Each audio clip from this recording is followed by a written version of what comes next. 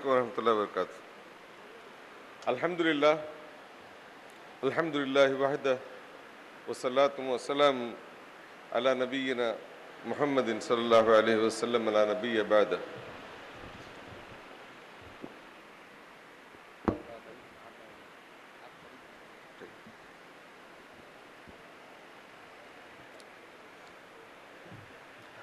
मोहतरम हजरात, आप जानते हैं कि हर दौर में लोग अपने दौर को जदीद दौर कहा करते हैं। स्टोन एज में भी ये रिवाज था। स्टोन एज के लोग भी अपने दौर को मोस्ट मॉडर्न एज समझते थे और हम भी अपने दौर को मॉडर्न एज समझते हैं। और हर दौर का एक नाम हुआ करता है। हमारे दौर का नाम क्या है इस एज का? हम समझते हैं मॉडर्न एज है, मगर लिटरेरी सर्कल्स में आप पूछेंगे तो कहेंगे कि ये पोस्ट मॉडर्न एज है। अभी तकरीबन 2016 में ऑक्सफोर्ड डिक्शनरी के बनाने वालों ने उनमें एक बहस छिड़ी। ऑक्सफोर्ड डिक्शनरी में आप जानते हैं हर साल कुछ नए अल्फाज को डिक्शनरी में शामिल किया जाता है। उसके लिए दो कमिटीज हैं, एक यूएस बेस्ड कमिटी है और एक यूके बेस्ड कमिटी है। वो दुनिया भर के लिटरेचर पर नजर दौड़ाते हैं कि कौन से नए अल्फाज रिवाज में आए हैं और उनमें से चुनते हैं। और दोनों कमिटीज की तरफ से जो अल्फाज रेकमेंड किए जाते हैं उनमें से उसकी बुनियाद पर अल्फाज चुने जाते हैं। तो 2016 में इत्तेफाक से यह हुआ कि दोनों कमिटीज ने एक लफ्ज को मुश्तरका तौर पर रिकमेंड किया और उस लफ्ज को उन्होंने international word of the year करार दिया 2016 में। और वो वर्ड था पोस्ट ट्रूथ। पोस्ट ट्रूथ जो है वो लफ्ज था और वो इस दौर का डेफिनेशन माना गया उसको। पोस्ट ट्रूथ का तर्जुमा क्या है? हमारे अरबी लुगत वालों में इस पर काफी बहस हुई है। ऑक्सफोर्ड के इस नए लफ्ज को क्या तर्जुमा किया जाए इसका? बाज ने उसको मा बादल हकीका कहा, बाज लोगों ने मा वरा अल हकीका कहा। हम जानते हैं कि हकीकत जो है हक, उसके बाद कुछ नहीं है। कुरान ने वाज़ेह फरमाया है कि फमाजा बादल हक इल्ला दलाला, हक के बाद जो भी है वो क्वैसी ट्रूथ या सेमी ट्रूथ नहीं हो सकता, वो सिर्फ बातिल हो सकता है। मगर अनफॉर्चुनेटली हमारे दौर का नाम ही पड़ गया है पोस्ट ट्रूथ इरा, यानी सच्चाई के बाद का दौर। तो आप समझ सकते हैं कि सच्चाई का, हक का क्या हाल है इस पर। और ऑक्सफोर्ड यूनिवर्सिटी डिक्शनरी ने इसका डेफिनेशन दिया कि पोस्ट से उसका बड़ा गहरा ताल्लुक है। वो डेफिनेशन है denoting circumstances wherein objective facts are less influential, wherein objective facts are less influential in shaping public opinion than appeals to emotions and personal beliefs. यानी ओपिनियन के फॉर्मेशन में हकाइक का रोल नहीं होता। एक ऐसा दौर है जहां बिल्कुल दूसरे अवामिल हैं जो ओपिनियन को फॉर्म करते हैं। और आप जानते हैं उसमें सबसे बड़ा रोल जो है अवाम के ओपिनियन को फॉर्म करने का, इस दौर में फेक न्यूज का सबसे बड़ा रोल है। फेक न्यूज कितना हावी है हमारे जमाने पर, इसकी एक छोटी मिसाल आप देखें तो फेक जो लफ्ज है वो अंग्रेजी लफ्ज है। उसका एक करीबी लफ्ज हिंदी में है, उर्दू में भी है, हैदराबाद में काफी पॉपुलर भी है वो लफ्ज। फेक ई में एंड होता है और आपका लफ्ज जो है यू में एंड होता है, फेकू। और ये जो फेकू का लफ्ज है उसको आज इतना एहतराम हासिल हुआ है कि वो मुल्क के बड़े बड़े लोगों के नाम का जुज बन गया है। उसे आप समझ सकते हैं कि फेक न्यूज जो है वो कोई मामूली चीज नहीं है जिसको आप इनकार कर सकते हैं। जिस समाज में हुकूमतों की तश्कील झूठ की बुनियाद पर होती हो, जहां सिस्टम का क़याम झूठे प्रोपेगेंडे की बुनियाद पर होता हो, वह आप समझ सकते हैं कि कितनी अहमियत हमको इस सब्जेक्ट पर देना चाहिए।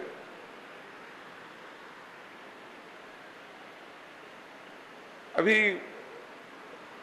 हालात इतने तशवीशनाक हैं कि एक जमाना था लोग मुतालबा कर रहे थे कि जो लोग झूठ फैलाते हैं समाज में उनको सजा दी जाए, और ये मुतालबा पूरा नहीं हुआ, झूठ फैलाने का सिलसिला जारी रहा। लेकिन एक और तब्दीली हुई, वो तब्दीली ये कि जो लोग इस तरह फैलाए जाने वाले झूठ को एक्सपोज करते हैं उनको सजाएं मिलने लगी। अभी ऑल्ट न्यूज के जुबैर भाई के साथ जो हुआ वही तो था। उनका काम क्या था, मीडिया में जो लोग झूठ को फैलाते हैं उस झूठ को आइडेंटिफाई किया जाए और बताया जाए कि ये क्यों झूठ है, उसके दलाइल दिए जाए।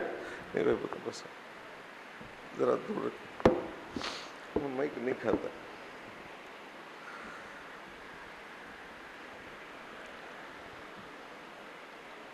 इस तरह जब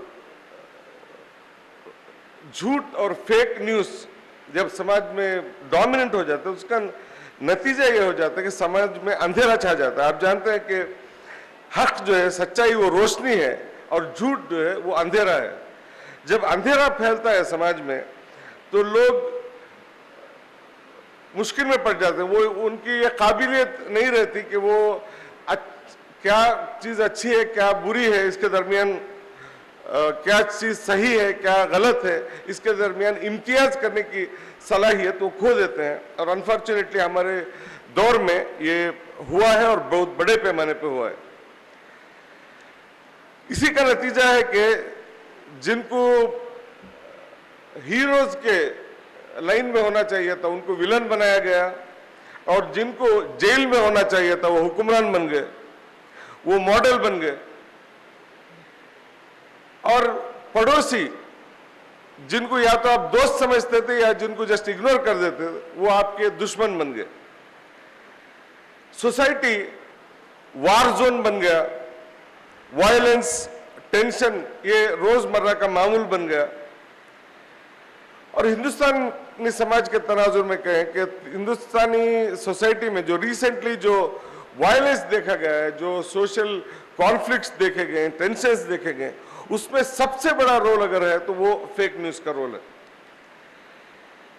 और इससे भी बढ़कर जो फेक न्यूज के चलन में आने का उसकी सबसे बड़ी कैजुअलिटी, उसका सबसे बड़ा विक्टिम जो है वो है सोशल रियलिटीज।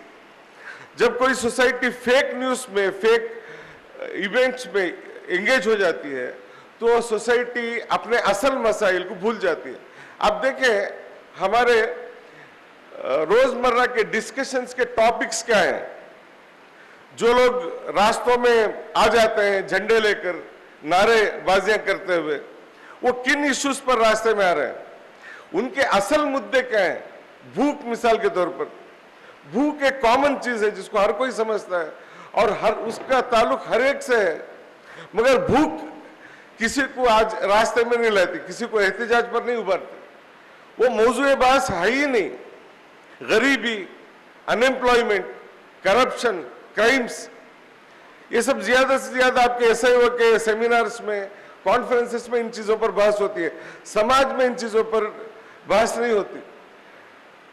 बहस के जो पॉपुलर प्लेटफॉर्म्स हैं, होटल में, डाइनिंग टेबल्स पर इन चीजों पर बहस नहीं होती। वहां सेंसेशनल चीजों पर बहस होती है। फेक न्यूज के इंडस्ट्रीज जो है समाज में, उन्होंने जो कुछ आपको सप्लाई किया है उन्हीं मौजूआत पर बहस होती है।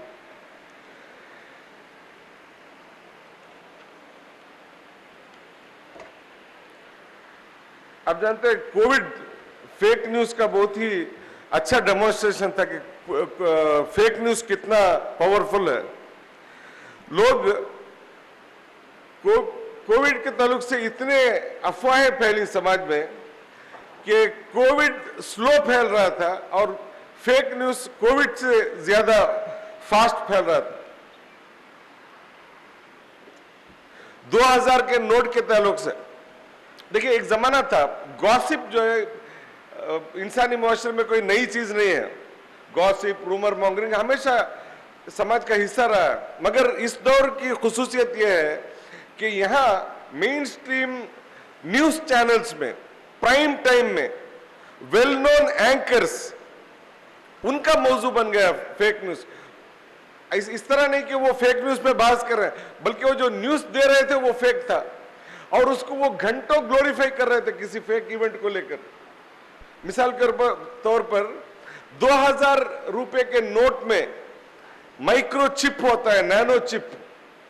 ये हुकूमत का कंट्रीब्यूशन है कि उसने एक रेवोल्यूशन किया कि कोई अभी काला धन कहीं छुपा नहीं सकता, बल्कि इतनी तफसील से बताया गया आपको कि 120 मीटर अंदर जमीन के नीचे इन नोट्स को छुपाया जाए, तब भी वो सैटेलाइट को सिग्नल्स देते हैं कि हम यहाँ छुपे हुए हैं। और इसको बच्चों के दरमियान नहीं कहा गया, बल्कि आवाम के सामने अच्छे अच्छे इंटेलेक्चुअल्स इसको मानने लगे और अप्रिशिएट करने लगे कि इस तरह का एक करिश्मा हमको अपनी जिंदगी में देखने को मिला। और अभी हाल में आप जानते हैं, एक मुश्किल से 1 महीना नहीं गुजरा है, दुनिया की बहुत पावरफुल कंट्री है चाइना। चाइना के ताल्लुक से ये न्यूज फैलाया गया कि चाइना के जो हुक्मरान हैं उनको हाउस अरेस्ट में रखा गया है। पैलेस कू हुआ है चाइना में और हाउस अरेस्ट में है वहां के सदर साहब। और यह अच्छी बात हुई कि चाइना का टेक्नोलॉजिकल पावर इतना था कि उसने फौरन बहुत ही कम अरसे में उस रूमर को डिफ्यूज कर दिया और हकाइक लोगों के सामने पेश कर दिया। वरना यह हो सकता था कि हम ये भी मानने लगे कि ये कोई चाइना का कोई पड़ोसी खैर खा ये अफवाह फैला देता कि ये हमारा सर्जिकल स्ट्राइक था, या हमारा मास्टर स्ट्रोक था, या हमारी कोशिशों का नतीजा था कि चाइना में इंकलाब आया। उससे पहले ही चाइना वालों ने हकाइक लोगों के सामने पेश कर दिए।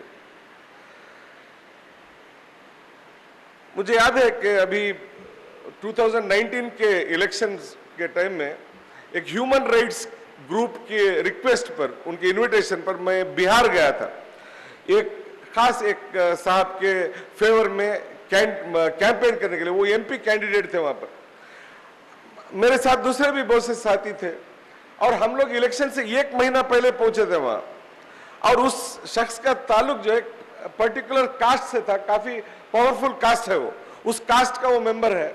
और ये एज्यूम किया गया था कि उस कास्ट के लोग तो जरूर उसको वोट देंगे और बाकी हमको दूसरे वोट्स जमा करने हैं। और हुआ ये कि हम जब पहुंचे और हम खुश थे कि 1 महीना पहले हम लोग यहाँ पहुंचे, तो हम जब घरों को विजिट करने लगे तब पता चला कि फेक न्यूज कितना पावरफुल है। उस खास शख्स के बारे में ये बात हर घर तक पहुंचाई गई थी कि वो आदमी एक दूसरे मजहब को कन्वर्ट हो चुका है। उसके लिए दलाइल दिए गए, फोटोज दिखाए गए उनको। उस शख्स को एक मस्जिद में जाते हुए उसके फोटो दिखाए गए। एक मुसलमान पर्दा नशीन खातून के साथ उसका फोटो हर घर में दिखाया गया था, यह बताने के लिए कि एक मुस्लिम औरत के साथ उसकी शादी हुई है। एक बच्ची को दिखाया गया कि उस शादी में उसका एक बच्चा हुआ है और दिल्ली के शाहीन बाग में उसका घर है और वो 5 वक्त नमाज जो है फला मस्जिद में पढ़ता है। हालांकि वो हमारा दोस्त है, हम जानते हैं कि ऐसा कुछ नहीं हुआ था। और ये भी बताया गया कि उनके वालिद साहब का जब इंतकाल हुआ था इस इलेक्शन के 6 महीना पहले, तब वो दिल्ली से एयरपोर्ट से आए और फिर वापस गए। दोनों वक्त के फोटोज, जाते वक्त भी वो, आते वक्त जिस तरह उनका सर में बाल थे, जाते वक्त भी बाल थे, सर मुंडाया नहीं था उन्होंने। इसको इस बात की दलील बना के पेश किया गया कि वो दूसरे मजहब में कन्वर्ट हो चुके हैं और इसी को बुनियाद बनाकर उसके अपने कास्ट के वोट से उसको महरूम किया गया। और अब फिर हमने देखा कि जितने एक्सपेक्टेड वोट थे उससे बहुत कम वोट मिले और उसमें सबसे बड़ा रोल इस फेक न्यूज कैंपेन का था जो घर घर जाकर पहुंचाया गया। तो इससे पता चलता है कि ये कोई इग्नोर करने वाली चीज नहीं है। हमारे साहिली इलाके में, कर्नाटक में एक अरसे तक एक टेंशन चला, काफी तनाव था 2 कम्युनिटीज के बीच में। उसकी बुनियाद क्या थी? वहां के एक एमपी ने एक लेटर लिखा था। एक एमपी ने लेटर लिखा होम मिनिस्टर को, जिसमें उन्होंने 14 लोगों की एक फहरिस्त पेश की और कहा कि ये 24 लोग ऐसे हैं जिनको मुसलमान जिहादियों ने कत्ल किया है पिछले 3 साल की मुद्दत में। और उसको उन्होंने मीडिया में रिलीज किया और मीडिया में घंटों इस पर चर्चे हुए। तो किसी एक जर्नलिस्ट ने उसको टेकअप किया। वो जो 24 लोगों की फेहरिस्त थी उसमें सिर्फ 5 लोगों को उसने चुना कि देखें क्या हुआ है, हकीकत क्या है। तो पता चला कि उस लिस्ट में जो नंबर 1 में जो शख्स है वो जिंदा है। खुद उसके इंटरव्यू किए गए, उसके वीडियो निकाले गए। उसने कहा कि भाई मैं जिंदा हूं, मैं मरा नहीं हूं। उसके बाद एक शख्स, उसके बारे में पता चला कि वो सुसाइड किया था, उसने सुसाइड कमिट किया था। पुलिस का ऑफिशियल रिपोर्ट है। और 2 हजरात उसमें से जो लिस्ट में थे, 5 में से मैं सिर्फ 5 की बात कर रहा हूं, उसमें 3rd और 4th पर्सन जो है वो एक रोड एक्सीडेंट में मारे गए थे। ये ऑफिशियल पुलिस रिकॉर्ड है। और जो पिछला शहीद, 5वां जो शहीद है उसमें, यानी शुहदा की फेहरिस्त में, उसमें 5वां शख्स अपने घर में उनके झगड़ा हुआ था, उसके सिस्टर ने उसको मार दिया था। तो ये 24 शुहदा की फेहरिस्त का हाल है। तो इस फेहरिस्त की वजह से पूरे इलाके में तनाव था कि ऐसा कैसे हो सकता है कि सिर्फ इतने कम मुद्दत में इतने बड़ी तादाद में लोगों को जिहादी लोग कत्ल कर रहे हैं और इस सिलसिले में हम कुछ नहीं कर रहे हैं। ये और जब ये सब चीजें सामने आई तो फिर उसको एमपी को एपोलोजाइज करना पड़ा और उन्होंने ये काम, फेक न्यूज फैलाने का काम फिलवक्त दूसरे लोगों को ट्रांसफर कर दिया। अभी शेख यासिर खाजी ने अपने फेसबुक, जिसको फेक बुक भी कहा जाता है, उसमें अपने एक पोस्ट किया, एक तस्वीर पोस्ट की उसमें।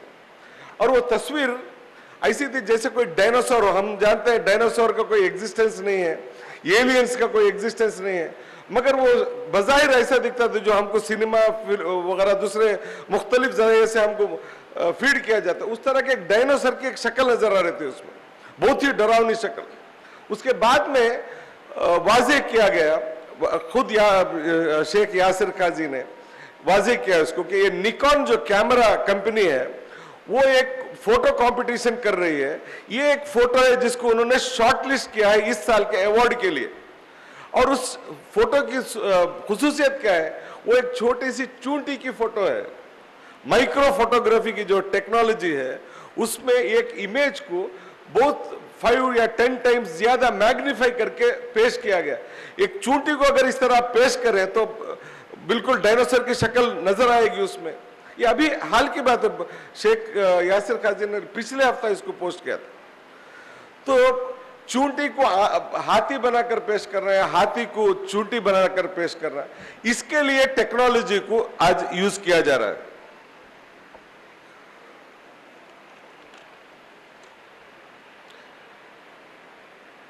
फेक न्यूज का स्ट्रेंथ यह है कि बहुत ही अट्रैक्टिव होता है, वो बहुत ही सेडेक्टिव होता है, यानी जो भी उससे एक्सपोज होता है वो उससे चिपक जाता है। और आम न्यूज जो है आदमी पढ़ के भूल जाता है, मगर फेक न्यूज के साथ बहुत देर तक चिपके रहता है। और खुसूसन जो इस दौरे जदीद के लोग जो हमेशा जल्दी में रहते हैं, उनकी जरूरियात को पूरा करता है। फास्ट फूड की तरह फास्ट इंफॉर्मेशन वो असल में अक्सर फेक न्यूज की शक्ल में होते हैं। और वो असली जो हकीकी न्यूज होता है वो कोई अट्रैक्टिव नहीं होता, मगर फेक न्यूज मसालेदार होता है, बहुत ही दिलचस्प होता है, उसमें एंटरटेनमेंट होता है, सेंसेशन होता है। और फेक न्यूज सच्चाई के मुकाबले में बहुत फास्ट सेल होता है, बड़े पैमाने पर सेल होता है। टीआरपी को इंक्रीज करने में उसका काफी कंट्रीब्यूशन है। और ब्रेकिंग न्यूज के नाम से फैक्ट्स को किल करने का काम किया जाता है, क्योंकि वो बहुत ही अट्रैक्टिव होता है। ये कहा जाता है कि सच्चाई और झूठ, इसमें फर्क क्या है। मिस्टर सच्चाई और मिस्टर झूठ दोनों ने एक ही मकाम पर ठहरकर फैसला किया कि हमको दुनिया तक पहुंचना है। तो मिस्टर सच्चाई घर से निकलने की तैयारी करते रहे, उनके शेरवानी पहनकर घर से निकलने से पहले झूठ जो है आधा दुनिया कवर कर चुका था। झूठ की ये काबिलियत है।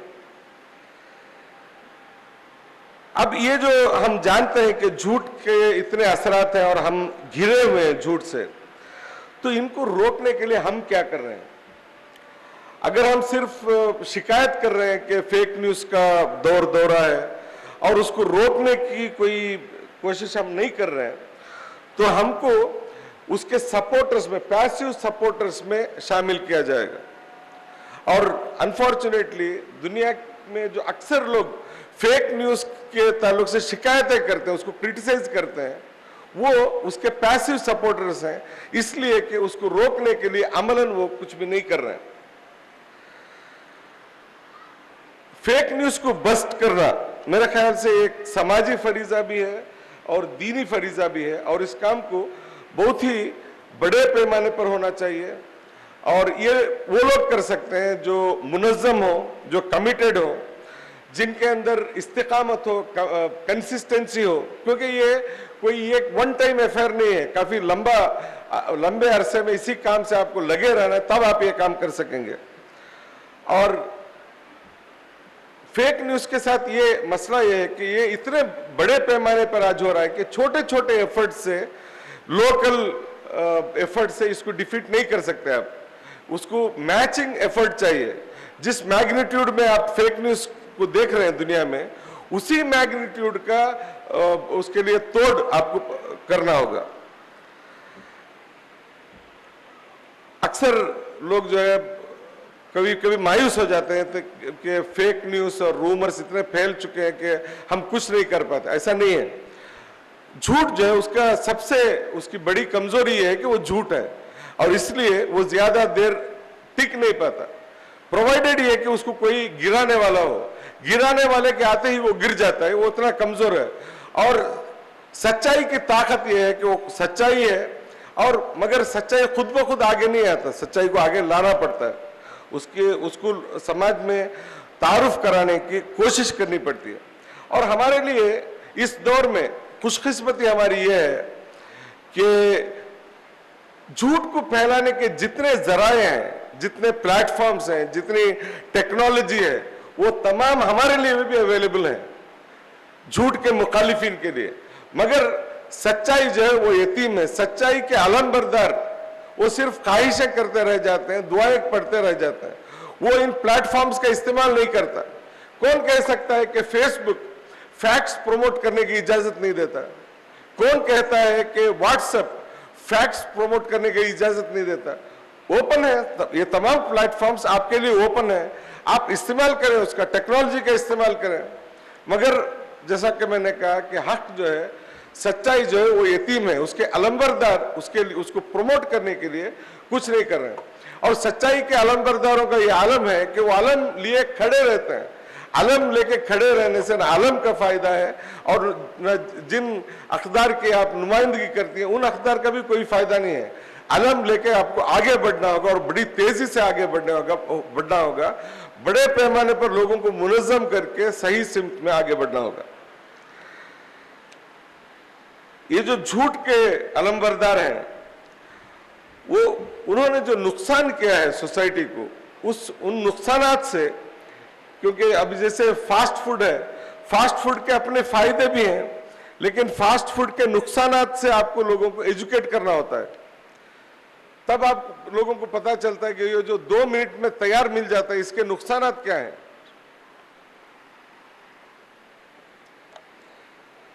फेक न्यूज की इंडस्ट्रीज में जो काम होता है, उसमें सबसे बड़ा काम यह है कि उसमें पॉजिटिव काम बहुत कम होता है। फेक न्यूज की इंडस्ट्री में उसमें बड़ा काम जो ये होता है कि जो इंडिविजुअल्स को, उनके इमेज को गिराने का काम किया जाता है। ग्रुप्स के इमेज को, कम्युनिटीज के इमेज को, कोई भी कम्युनिटी हो सकता है, अगर टारगेट किया जाए तो फेक न्यूज के जरिए से उसके इमेज को गिराया जा सकता है। पॉलिटिकल पार्टीज को, और इसी तरह कमर्शियल ब्रांड्स को, प्रोडक्ट्स को, किसी भी चीज को आप टारगेट कर रहे हैं, उसके ताल्लुक से गलत फहमियां फैलाकर उसको लोगों की नजरों से गिराकर उसके इमेज को तबाह बर्बाद किया जा सकता है। अगर आप इस तरह के नुकसानात को लोगों को कन्विंस करें तो हो सकता है लोग उससे परहेज करने की कोशिश करें। और ये बात हमको याद रखना चाहिए कि सिर्फ हम आमतौर पर समझते हैं कि इस्लाम और मुसलमान ये फेक न्यूज़ कैंपेन के विक्टिम्स हैं, ऐसा नहीं है। हमारे पास पड़ोस में बहुत सारे दूसरे ग्रुप्स भी हैं जो इस तरह के मेलाइनिंग कैंपेन के विक्टिम्स हैं।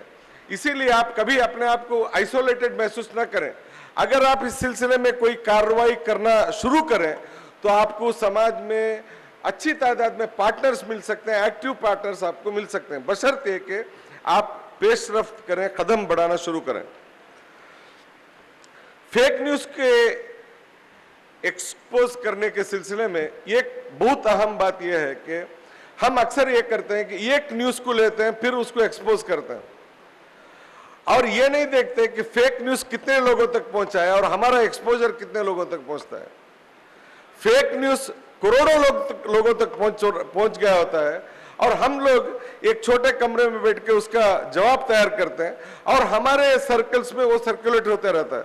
जहां तक फेक न्यूज़ पहुंचा है वहां तक ये उसका जो उसकी वजाहत जो है वहां तक नहीं पहुंचती। हमारे यहाँ मैंगलोर के एयरपोर्ट में 2 वाकयात हुए कुछ ही महीनों के गैप में। एक लड़का उसको पकड़ा गया इसलिए कि उसके बैग में कुछ सस्पिशियस चीज पाई गई।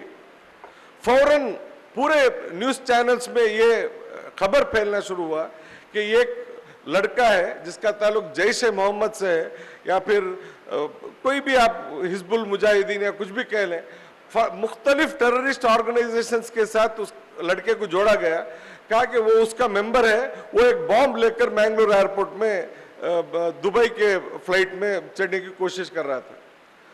मगर ये न्यूज़ जो है सिर्फ हमारे मैंगलोर के अखबार में नहीं, पूरे इंडिया के न्यूज़ चैनल्स में नशर हुई है खबर और इंटरनेशनल प्लेटफॉर्म्स तक पहुंच गई खबर। कुछ घंटों बाद पुलिस ने, एयरपोर्ट अथॉरिटीज ने क्लैरिफाई किया कि वो जो सस्पिशियस चीज पाई गई थी वो आईपैड का एक बैटरी था, उसका बॉम्ब वगैरह से कोई ताल्लुक नहीं था। मगर ये जब न्यूज़ ये हुआ, ये वजाहत है, ये वजाहत सिर्फ कुछ लोगों तक, कुछ हजार लोगों तक पहुंचे। वो जो बड़े बड़े चैनल्स जिन्होंने घंटों इस टाइम बॉम्ब पर बहस की थी उन्होंने इसका जिक्र नहीं किया। तो आप मुतमईन ना हो कि ये जो एक्सपोजर है वो सब तक पहुंचा है, उसके लिए आपको अपना बंदोबस्त करना होगा। झूठ के प्रमोटर्स ने अपना बहुत बड़ा नेटवर्क बना लिया है। आप नेटवर्क बनाने की कोशिश ना करें और ख्वाहिश करें कि झूठ को हम शिकस्त देंगे, ऐसा मुमकिन नहीं है। आपको भी उसी तरह का, उससे बड़ा नेटवर्क आपको बनाना होगा और उस नेटवर्क के जरिए से आपको सच्चाई को प्रमोट करना होगा। हमारे यहाँ लिटरेसी कैंपेन्स चलते हैं, मुख्तलिफ, सिर्फ लेटर्स सिखाने के लिए नहीं, एनवायरनमेंट के ताल्लुक से लिटरेसी कैंपेन चलता है मुख्तलिफ मौजूआत पर। तो हमारी ज़रूरत अब आज ये है कि इंफॉर्मेशन के ताल्लुक से, इंफॉर्मेशन खुद एक दुनिया है, खुद एक बहुत बड़ा मौजू है, उस मौजू पर लिटरेसी कैंपेन चलाएं, उस मौजू में लोगों को लिटरेट बनाएं। देखिए, एज कंज्यूमर्स लोग इतने लिटरेट हैं कि अगर किसी को शक्कर का लेबल लगाकर नमक दिया जाए तो वह एहतजाज करेगा, उसको कबूल नहीं करेगा। यहाँ तो ऐसा नहीं है, यहाँ शक्कर का लेबल लगाकर जहर दिया जा रहा है। तो कंज्यूमर को एजुकेट करना होगा आपको कि किसी भी न्यूज़ को उसके फेस वैल्यू पर कबूल न करें, न्यूज़ के सोर्सेस देखें। कोई भी न्यूज़ जब आता है तो उसको वेरीफाई करेंगे। देखिए, हमारे यहाँ इवन हमारे अच्छे परहेजगार लोग भी ये करते हैं कि कोई चीज़ व्हाट्सएप के जरिए से आती है, अच्छी लगती है तो फौरन फॉरवर्ड कर देते हैं। ये फॉरवर्ड की बीमारी जो है वो बुराई में ताउन करने का अमल है। वो उस अमल से लोगों को आगाह करें, उसके नताइज से आगाह करें, उससे दूर रखें लोगों को। हिंदुस्तान में अभी तक यहाँ बहुत से कैंपेन चले मगर इंफॉर्मेशन लिटरेसी कैंपेन यहाँ अभी तक नहीं चला। जरूरत है कि आप इस कैंपेन को चलाएं, आप और हम इस तरह के कैंपेन के बारे में सोचें। सबसे पहले लोगों को यह सिखाएं कि न्यूज़ को, इंफॉर्मेशन को शक की निगाह से देखें। किसी इंफॉर्मेशन को तब तक कबूल न करें जब तक आपको यकीन न हो कि यह बिल्कुल सही इंफॉर्मेशन है।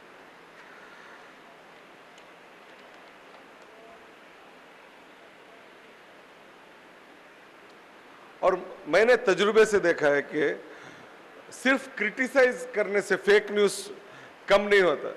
फेक न्यूज के प्रोमोटर्स को मॉक करें आप, उनका मजाक उड़ाएं, ये मुअस्सर तरीका हो सकता है, जैसे कुणाल कामरा करता है। आज भी आप जानते हैं, छोटी मिसाल है, ये 2000 के नोट का जो मैंने जिक्र किया, उसके वीडियोस आज भी हैं लोगों के पास। जो एंकर्स बहुत ज्यादा चिल्लाते हैं अपने चैनल्स में बैठकर, जब उनको दिखाया जाता है ये 2 साल पुराना वीडियो कि आपने ये कहा था, तो वो बहुत शर्मिंदा होता है। तो ये हर मामले में आप कर सकते हैं। देखिए, हमारा मसला है कि जब कोई हैदराबाद में कोई फेक न्यूज फैलता है जिसकी वजह से सोशल टेंशन फैलता है, तो हम उस पर्टिकुलर न्यूज को एड्रेस करने की कोशिश करते हैं। हालांकि ये उसका हल नहीं है। हल है डॉक्यूमेंटेशन में। ये जो कम्युनल टेंशन क्रिएट करने वाले जो अफवाह फैलते हैं कि फला ने किसी मंदिर में गाय का सर फेंका, या फला ने फला कम्युनिटी की लड़की को छेड़ा, या फला कम्युनिटी वालों ने के लोगों ने इनका रेप किया, इस तरह के जो अफवाह हैं उनका एक पैटर्न होता है। हर शहर में इस तरह की अफवाहें फैलाई गई हैं, और ये एक बार नहीं 1000 बार फैलाई गई हैं। मसला ये होता है कि हर बार हम उसको इस तरह डील करते हैं जैसे पहली बार हुआ हो। अगर आप डॉक्यूमेंट करें कि हैदराबाद में इससे पहले इस तरह के कितने अफवाह फैलाए गए और वो गलत साबित हुए, तो हर नए अफवाह के जवाब में ये पुराने जो एक्सपोज्ड केसेस हैं उसको अगर आप समाज के सामने पेश करने की पोजीशन में हो, तो इससे ज्यादा मुअस्सर तरीका नहीं हो सकता। ये हमने तजुर्बा किया है। जब नए एक्सपेरिमेंट्स आते हैं तो हमने पुराने एक्सपेरिमेंट्स को पेश किया, तो उसका असर अच्छा हुआ और लोगों की समझ में आएगी। हमारे यहाँ एक जगह पाकिस्तान का फ्लैग लहराता हुआ दिखा, उसके फोटोज छपे, उस पर बहस हुई कि हिंदुस्तान का खाना खाते हैं, पाकिस्तान का झंडा लहराते हैं। 2 दिन के बाद पकड़े गए कल्प्रिट्स, सब लोग श्री राम सेना के वर्कर्स थे। अब ये जो वाकया है वो उसका चर्चा नहीं है। ये आपकी जिम्मेदारी है कि इसको डॉक्यूमेंट करें कि अगली बार जब पाकिस्तान के झंडे का कोई अफवाह फैलाए तो आप इस न्यूज को लोगों तक पहुंचाए, ताकि उनको पता चले कि इसकी क्रेडिबिलिटी क्या है। और आप जानते हैं कि फेक न्यूज और इंसान का ताल्लुक जो है वो काफी पुराना ताल्लुक है, कोई नया फिनोमिनन नहीं है। इंसान को जो जमीन में आना पड़ा, फेक न्यूज पर भरोसा करने की बुनियाद पर आना पड़ा। शैतान ने आदम को कन्विंस किया था कि जिस पेड़ से आपको रोका गया था उसके करीब अगर जाएंगे आप तो आपको मलक होने का शर्फ हासिल होगा, फिर आपको खुल्द से नवाजा जाएगा, आपको हमेशगी हासिल होगी। इस फेक न्यूज पर भरोसा करके आदम अलैहिस्सलाम फिर उनको जमीन में आना पड़ा। तो ये सिलसिला काफी लंबा है और ये जारी रहेगा। शैतान जो है बहुत ही वादे का पक्का है। शैतान ने अल्लाह ताला से वादा किया था कि सुम्मा लआतियन्नहुम मिन बैनि अयदीहिम व मिन खल्फिहिम व अन अयमानिहिम व अन शमाइलिहिम, मैं हर तरफ से हमला करूंगा, आगे से, पीछे से, दाएं से, बाएं से। और वही तो हम देख रहे हैं फेक न्यूज की शक्ल में। बातिल को हर तरफ से समाज पे उसकी भरमार हो रही है और हमको तैयार करना है कि हम अपनी जिम्मेदारी निभाएं। शैतान को कंग्रेचुलेट करना चाहिए कि वो अपना फर्ज निभा रहा है, अपना वादा निभा रहा है, और हम हैं कि इसके बस म्यूट विटनेसेस बने हुए हैं। मेरे ख्याल से सबसे अहम चीज ये है कि हम लोग इंतजार न करें। देखिए, जो समाज खाली होता है, जो बर्तन खाली होता है उसमें आप कुछ भी भर सकते हैं। जो बर्तन जो है भरा हुआ होता है उसमें कोई नई चीज को भरना मुश्किल होता है। अगर आप समाज के साइकी को, समाज के जहनों को हकाइक से भर दें तो फिर उसमें झूठ को लाना मुश्किल होता है। आदमी न्यूट्रल रहता है, उसके ताल्लुक से कुछ भी कहा जाए लोग मान जाते हैं, मगर आदमी मारूफ हो, लोग जानते हो कि कौन है, उसके ताल्लुक से चाहे जो भी झूठ बोले लोग आसानी से नहीं मानते। तो आपको इंतजार करने के बजाय कि कोई फेक न्यूज फ्लोट किया जाए फिर हम उसका जवाब दें, ये रवैया छोड़िए। हकाइक को एक एक करके चुनिए, उन हकाइक को लोगों तक खुद प्रोएक्टिवली, पॉजिटिवली। आपके पास बहुत सारे हकाइक हैं, आप तो हकाइक के हामिलीन हैं, बल्कि आप तो दावेदार हैं कि हम एक्सक्लूसिव हामिलीन हैं हक के। तो आपकी जिम्मेदारी बनती है कि इंतजार किए बगैर खुद जाकर हक को इतने जोरदार तरीके से पहुंचाएं कि उसके सामने कोई फेक न्यूज काम न करे। बड़ी जिम्मेदारी है। अल्लाह ताला हम सबको इस बात की तौफीक इनायत फरमाए कि हक को अल्लाह ताला गलबा इनायत फरमाए और उसमें हमारा बहुत अच्छा रोल हो, हक को गालिब करने वाले हम बने। वाखिर दावाना अल्हम्दुलिल्लाह रब्बिल आलमीन।